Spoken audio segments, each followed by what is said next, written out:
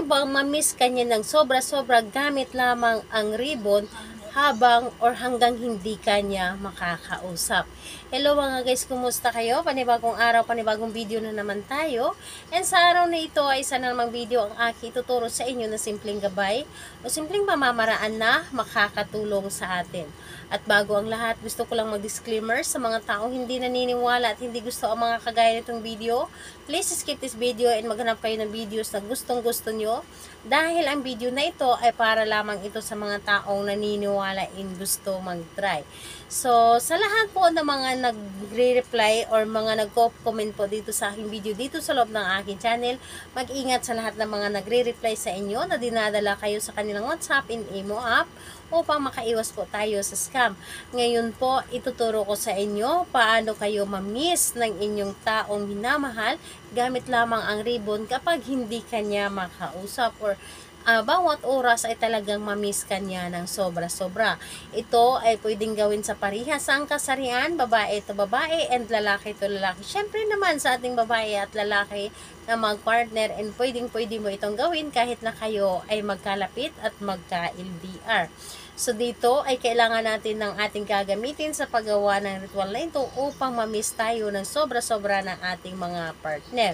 So, ang ating ihanda lamang, kailangan natin dito ng ribbon.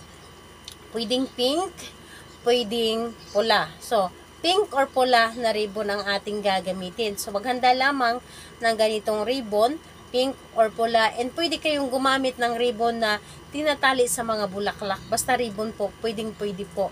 And ayun po, pink or pula na ribbon ang ating kakailanganin. And syempre kailangan natin dito ng marker. Marker po dapat or pentel pen o di kaya color pen. Dahil sa ball pen ay hindi natin or hindi siya kaya makapagsulat sa ribbon. So, pentel pen po or color pen. So, ayun lamang ang mga bagay na ating ihanda sa paggawa ng ritual na ito.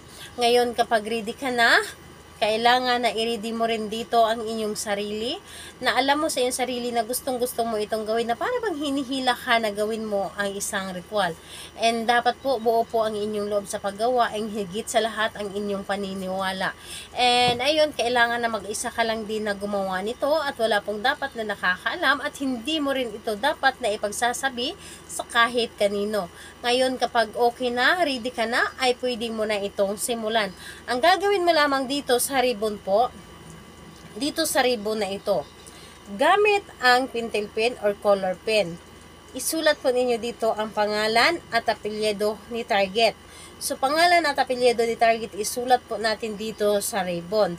Isulat po natin dito sa ribbon ang pangalan at apelyido ni target. At kapag naisulat nyo na ang pangalan at apelyido ni target, idugtong po ninyo dito na sobra-sobra mo ako ma-miss hanggat hindi mo ako makakausap o hindi mo ako makikita.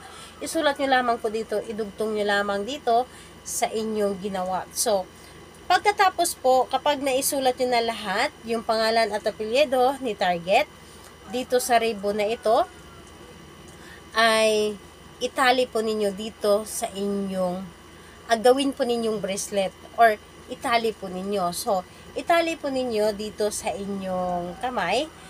And habang tinatali po ninyo, pangalan at apelyido ni target, ay sabihin po ninyo, sobra-sobra mo ako ma-miss hanggat hindi mo ako makikita o makakausap. So, pangalan, apelyido, sobra-sobra mo akong mamimiss hanggat hindi mo ako makikita o makakausap. So, itali nyo lamang dito. Kumbaga, gawin po ninyong bracelet yung ribbon. And suot-suot nyo po dapat ito.